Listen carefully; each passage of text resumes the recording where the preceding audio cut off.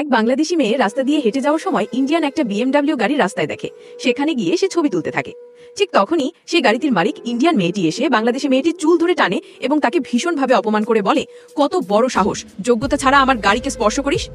তখন বাংলাদেশি মেয়েটি মনে দুঃখ নিয়ে হেঁটে যাওয়ার সময় রাস্তায় একটি পুরনো ভাঙা বিএমডাব্লিউ গাড়ি দেখতে পায়। আর সেই গাড়িটি সে বাসায় নিয়ে আসে, কিন্তু তার কাছে কোনো টাকা পয়সা ছিল না। তাই সে তার শখের মোবাইলটি দোকানে বিক্রি করে দেয়।